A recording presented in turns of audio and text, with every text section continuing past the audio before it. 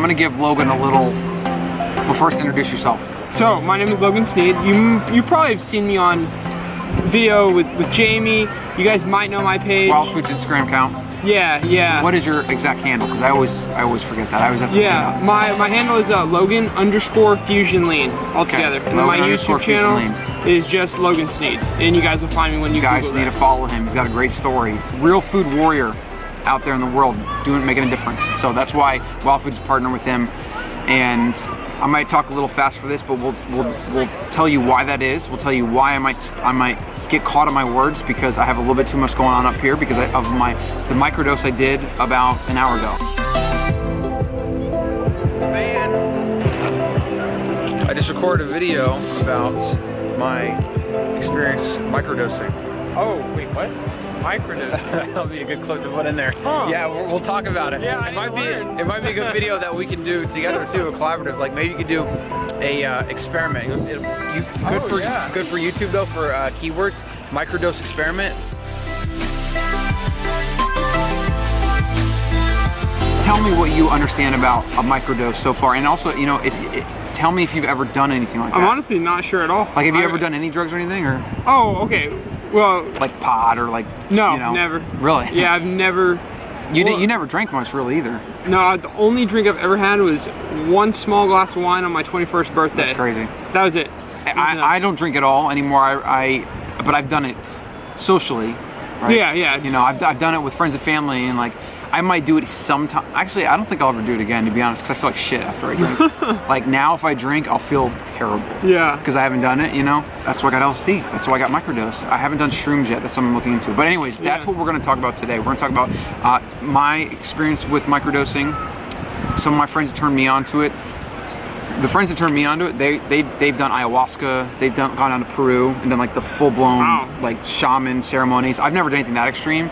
It's not anything that, I don't know if I'm interested in that. I probably should do it at some point, but right now for me, something like microdosing, which is just taking a small amount at a time for just kind of to break up the routine, to kind of, you know, stimulate creativity, right? When I'm writing, I like to think, I like to write, I like to do things like that, you know? And what I've learned is LSD doing probably like a 10th or an 8th dose at a time under the tongue in the morning, because I've found that it overstimulates me and it keeps me up too long if I take it later in the day. Like it'll keep you up all night, right?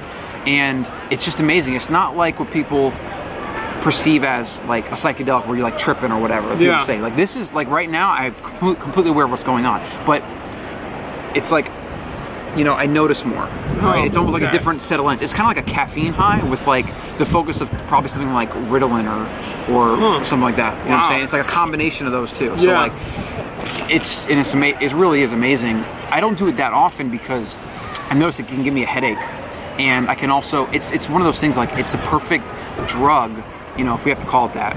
It's really medicine. It's a plant medicine. Okay, right, you know? It's kind of like is it like CBD oil somewhat?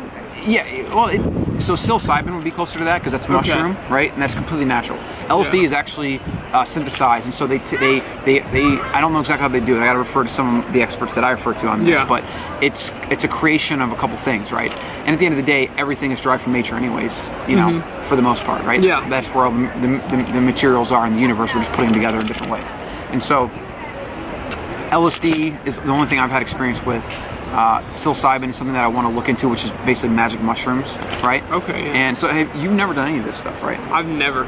So it's new to me since I moved to Austin. My buddy Monsel. Oh, okay. Nutripedia. Monsel Nutripedia. Check him out. So he also does a lot of the plant-based medicine, ayahuasca. I forget what the other one's called. He's definitely done obviously psilocybin. Peyote is one. And there's like this whole spectrum of these psychedelics that you can do, you know, like to extreme. Like he does, like he goes down the jungle with shaman to do this, right? I have not, like I said, I've not done anything like that yet. Maybe one day. I don't got time for that right now. But maybe, you know, that's when they get into like spiritual and like seeing different realms. And my one buddy said he saw devils. Wow. And he believes there's devils. Like he believes he saw them, right? Wow. And so it's really fascinating shit. For me, I'm taking it as like a performance enhancement almost. Okay. It's like kind of like a pre-workout, right? Yeah. You know, amped up. And for like work. And in fact, that's why it's becoming so popular. Is a lot of people in Silicon Valley become kind of like the drug of choice. Like instead of caffeine, you're doing microdosing to kind of like focus and work or whatever. And what's really great about it is like, you know, caffeine can actually down-regulate your adrenals and like have issues with adrenal fatigue and getting it, and obviously addiction and jitters and all that. So caffeine has a lot of pitfalls as a drug, right? It's the most consumed drug in the world, but there's a lot of pitfalls with it, right? Like when I drink coffee now, I don't know if it's for you, I don't know what your sensitivity is to coffee, but for me, when I drink coffee, it's not like, I don't really feel anything. It's just like a drink, right? I drink it out of habit. You'd have to drink a lot, right? And so that's also why you should be cycling caffeine if you don't. Like cycle it, go a month without it, a month with it, or even a week without it, right?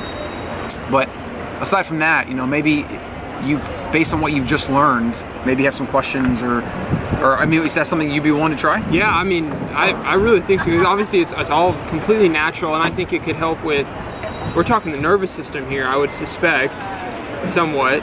And it's, the more you take, the more it can be like a full body experience. Yeah. Like I'm taking it so that it's, I feel it in my fingers a little bit, but it's more of like a mental, it's like a mental elevation, right? It's not like a high, it's just like a more awareness. And my brain already goes fast, so I'm getting caught up because I'm like, should I say this, should I say that? Like the thoughts are too fast, right? And so you know, it's smarter. Well, and it's not like pot where I've not really smoked pot, but you know, I know people that do, and it kind of slows you down, right? It kind of suppresses receptors, right? Whereas this, I feel like heightens it. You know, the color's a little more vivid. You notice things. Like for people, when you look, like I notice that when I'm on a microdose, I look at people and like I see more of them. Like these guys walking by, like I'll really try to like see every bit of their person. Yeah. You wow, know? That's so interesting. But it's interesting because before we would never do that because we float through life and we have to filter out data, right? Because it's just too much, overflowing, right? Exactly. I think we just picked up an audience. But what was I saying? Maybe interject. You're going crazy. I know. With interject. Feeling good. Interject. Take over or ask questions. No, I know. I mean, so you would. So okay, what is it? Do you have it? Like what is it? I don't have it on me, right? But it's so if an LSD form that I've had, it's a stamp. It's a small piece of paper, and they basically, from my understanding, they soak it in the I guess a liquid, and it kind of like dries, and so it's in the paper. You put it on your tongue. Okay, so it's like a breath, like no, it's literally a piece of paper. Yeah, it's like a piece of cardboard actually. Okay. Cut off. So what I do is I cut off a very small tip of it with these. They're scissors for cutting herbs actually, which is pretty funny. Oh, wow. I cut off a tip of it with these small scissors I have for cutting herbs, right? All natural here, and so then you put that under the tongue. And you kind of let it dissolve for like 30 minutes, and it gets into your system real quick. And then you can spit it out or you swallow it. I just spit it out. And then, you know, like I took this, let's see what time it was. Probably took it at like 11:30, and I still have a solid, like I'm probably at the peak of it actually. It'll come down, and through the day, the thing is, it's really great is it lasts. It's not like a up and down. It's not like a high and a low. It's not like you crash, but you definitely have peaks where things are more vivid, more the way they are, and then you kind of like mellow out a little bit. Yeah. But like later in the day, I know later tonight, I'll feel like the after effects of it, and it'll be like kind of a mood lifter, you know? And so that's LSD, right? So where do you get it? Like, well, obviously it's not legal. Okay, I didn't think it was, Yeah, so you have to get it from places, and don't get me started ranting about the legality of pharmaceuticals and drugs and what's fucking taxed and what's not and all that, because the reality is things like this, things like psychedelics have gotten a bad rap, but really these are natural medicines that are from the earth. Like these are plants, right? Yeah. And like peyote and ayahuasca, these are literally plants. They don't do they don't add anything to it. Like I think they might do something to like get in drink form, but this shit is from Mother Nature. Yeah. Right? I mean, same thing with pot, really. You know, pot's Mother Nature. You know what's crazy is that the chemotherapy that I was on, the oral chemo, the pills, okay, they literally gave me a book of all the side effects that were going to happen. None of it happened. But here's the thing, is that one side effect of chemo that is very known is you get a lot of mood swings. So your mood goes extremely down, you have a lot of mood swings, you feel like crap. Right, because your hormones are like going through. Exactly, and that's the thing is, I'm not saying this is a cancer fighting, you know, thing. I think it could be, and I think it might be. You're on the right track. But that boosts your mood and helps to fight the cancer, and this may help it in the short term, but it's going to ruin your mood and have other negative side effects. Right, so actually it's funny you say that, because a lot of the research into psychedelics today is for post-traumatic stress, is for, you know, war, what's the PTSD? Yeah. Right? Okay. When you come home from the war and you're having trouble adjusting, it's for depression, anxiety, all these things. Wow. These are natural substances that are actually extremely efficient and effective at dealing with these type of things, and it'd probably be amazing for chemo patients. I would say so. But guess what? The pharmaceuticals can't make money on it yet because they can't patent it, right? They can't patent in their own little blend so that they can then sell it, right? And so that's the hard part about getting funding for these type of things. No one can make money from it. Yeah. And maybe they can, like with therapies, maybe there's a way we can, like, a pharmaceutical could, like, I don't know even if they can. Maybe that's part of the reason why. Because like pharmaceuticals, they have to patent something, then they sell it. That's how they make money. Yeah. Right? So if you take, like, for example, that's why so many are threatened by pot. You just can't really patent pot. The market opens, and so pharmaceutical companies can't monetize that. In fact, that is why pharmaceutical companies are typically the most against marijuana use, legal marijuana use, because they don't want you not taking their drugs, right? Yeah, exactly. Right? So that's a whole nother subject, you know, but that's what it is. And guys, like, it's all about taking your health in your own hands, your life in your hands, your autonomy, your consciousness in your own hands, and not just being a blind, tax-paying automaton that walks around absorbing the latest gossip or whatever, and you know that's your reality. Like, fuck that. Yeah. Excuse my French. I'll bleep that out. We'll bleep that out. We'll make it PG-13 rated. Well, that's what makes it easy for me, is that, like, you know, the doctors just said do the chemo, do the radiation, and that's all you can do.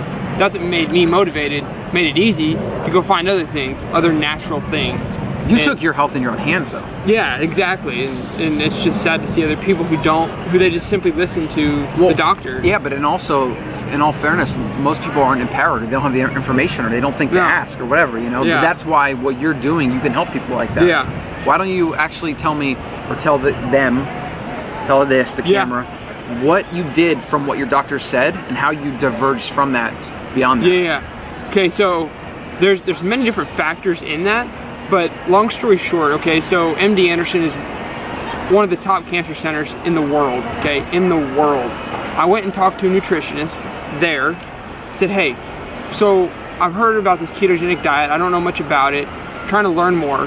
Can you maybe give me your input on it? Because I've seen research, clinical trials of the ketogenic diet combating brain cancer specifically, and depression and much more. Can you help me on that? And she said, well, I don't really know much about it. It's one of the most well-researched diets out there, especially for, like, right? Especially health. brain cancer. Yeah. And she said, I don't know much about it, you know, I'll have to look more into it. And right then and there, I just wanted to slap myself in the face for even being there. And it's a straight lie, because they don't want me to do that, because the good things that'll happen by doing that basically negates the factor of me going into a clinical trial to where, you take away some of the chances of them finding a cure. Not that I don't want there to be a cure, I definitely do. Yeah. But they want it to be a sole cure of just what they're doing so that they can make 100% profit from that. Not that I would make profit from that, but it would kind of be inaccurate of me being extremely healthy versus another patient who is not healthy at all, simply following the drugs versus me not following the drugs and doing a clean clinical trial. It just throws everything off, so they don't know anything about ketogenic diet, which is a straight lie, so they can make money. Yeah, I mean, and to play the devil's advocate, right? At the same time, it's not like these are bad people. Like, people in the medical community, they're trying to help you, right? Yeah. But the system is a joke, right? And as far as the connect between nutrition and how that affects human biology and health, that's where the disconnect is. That's why the internet has come and said, look, we can eat real food. Look, we can do ketogenic. We can do these things, and we can get these amazing effects. The medical community, the medical establishment just hasn't caught up, right? And so there's hope. Like, there's a lot of people doing good things with this type of stuff, but it's just like psychedelics. If it's new, if there's a potential threat to other interests, it's going to take time. It's only going to happen because more videos like this, because more people like him, right? Yeah. More people talking about it, more people sharing their story, more people saying, no, doctor, I want you to go figure this out. Not just tell me some BS like, do this, do that, don't do that, or whatever, right? You need to be educated. Doctors should be educated on nutrition. And so, again, video just for that. We need to start recording and do more of these. Talk about that. Absolutely. Because this is supposed to be about my microdosing, but now we're talking about everything else. Well, that's the thing, is that the health and the nutrition, all that's a big puzzle, but it all comes together. It all connects, and it's everything complements everything else. Everything's connected. You know, the universe is connected. Exactly. So, but you're willing to try. Yeah. Yeah. Definitely. So I'm gonna get Logan a small dose. Okay. What he's gonna do? He's gonna wake up one morning. What time do you wake up usually? 7:30. Okay. He's gonna wake up about 8 to 8:30. He's gonna take his first dose. He's gonna put it under his tongue, and I'll cut it off for you, so it's a very small. I mean, it's like we're talking like a 1/10 of a regular dose. So this is not. This is gonna be like a little bit of a caffeine high almost, right? And then you should be ready to think, journal, write. I found those are the best things. But you should also record a video too, you know, and like YouTube vlog. Yeah, you should vlog it so you can document what it feels like. So then you can, because what I think you should do is every 3 days you should do a dose for like maybe 2 weeks or something. Yeah. And then just, you know, see how that goes. Absolutely. That'll be a really, really good YouTube video though. Oh, I'm telling you, cool vlog. my experience with microdosing, dude.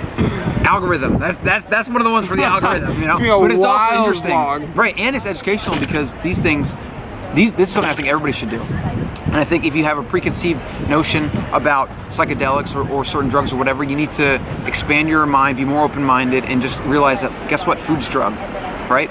Food is a drug. It causes a chemical reaction in your body when you eat it, right? A hormonal reaction, right? So it's just like when you take a drug, right? Same exact thing. We just have to see the pros and cons. The risks, right? If you eat too much sugar, you get cancer. There's a risk, right? Like if you eat high carb, you potentially can get metabolic syndrome. Yeah. So if you eat shitty foods, shitty ingredients, you're gonna pay a price later. So how is that any different than a psychedelic?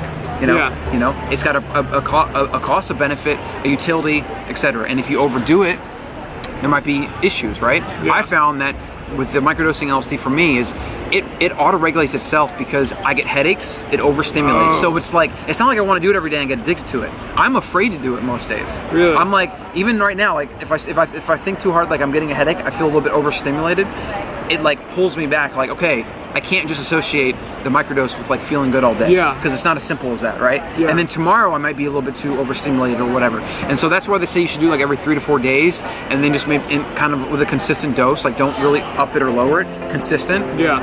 It's great, man. It's amazing. It really is. Oh, we're gonna experiment. We're gonna try it. All right. It's gonna get wild. It's gonna get wild. All right. So stay tuned. Let's see how it goes.